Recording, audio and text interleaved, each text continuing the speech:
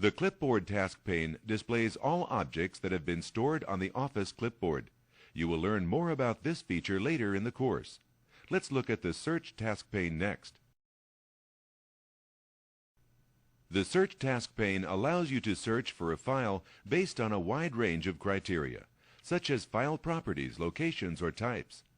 Review these options and then return to the New File task pane.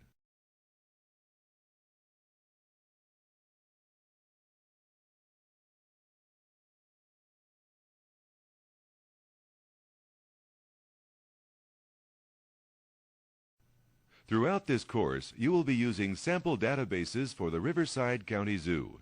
The first database you will use is the Donations database, which contains names and addresses of individuals who donate money or time to the zoo. To open an existing database, click the database name in the list under the Open a File option.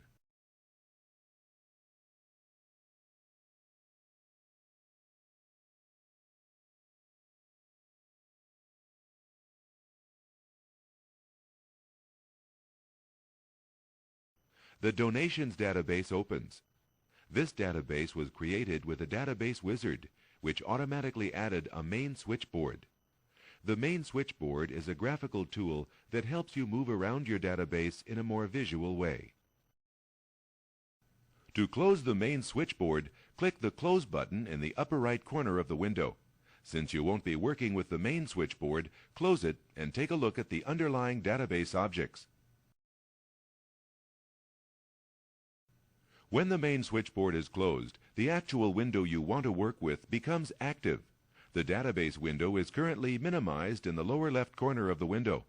To maximize the database window, click the Maximize button in the database window. You won't be using the Search task pane, so close it to view more of the database window.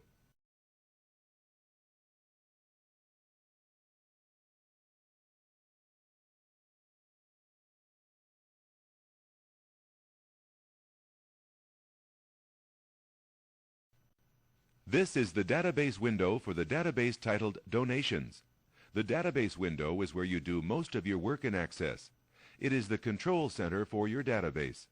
The Objects bar on the left of the database window allows you to work with any object in the database, including tables, queries, forms, reports, pages, macros, and modules. Explore the Objects bar before you continue.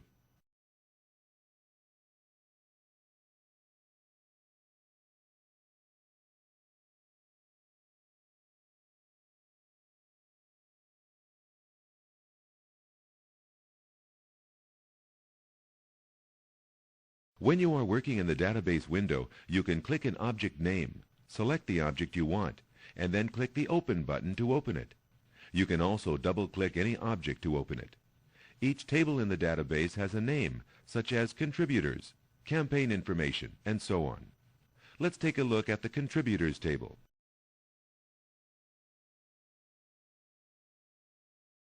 The Contributors table is now shown in Datasheet view.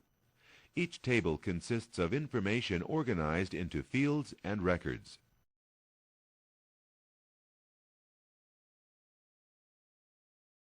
A field is an element of a table that contains a specific item of information, such as donor name or address. In Access, a field is represented as a column in a table. In the Contributors table, for example, contributor ID, donor name, address, city, state, and postal code are all individual fields. A record is a set of fields that belong together. In the Contributors table, there are 5 records, beginning with Evan Steele and ending with Lisa Wilson. Let's close this table before moving on to look at the Access screen. Let's take a tour of the Access screen. The blue bar along the top of the screen is called the title bar. Access title bars contain the program and file name and the minimize, restore, and close buttons. The line below the title bar is the menu bar. Clicking an item on the menu bar drops down a menu of commands. These commands tell Access what to do. To choose a command, click the menu, then click the desired command. Let's take a look at the View menu now. On each menu, initially only the most frequently used options appear when the menu is opened. To view all commands, click the double arrows at the bottom of the menu. Let's try this now.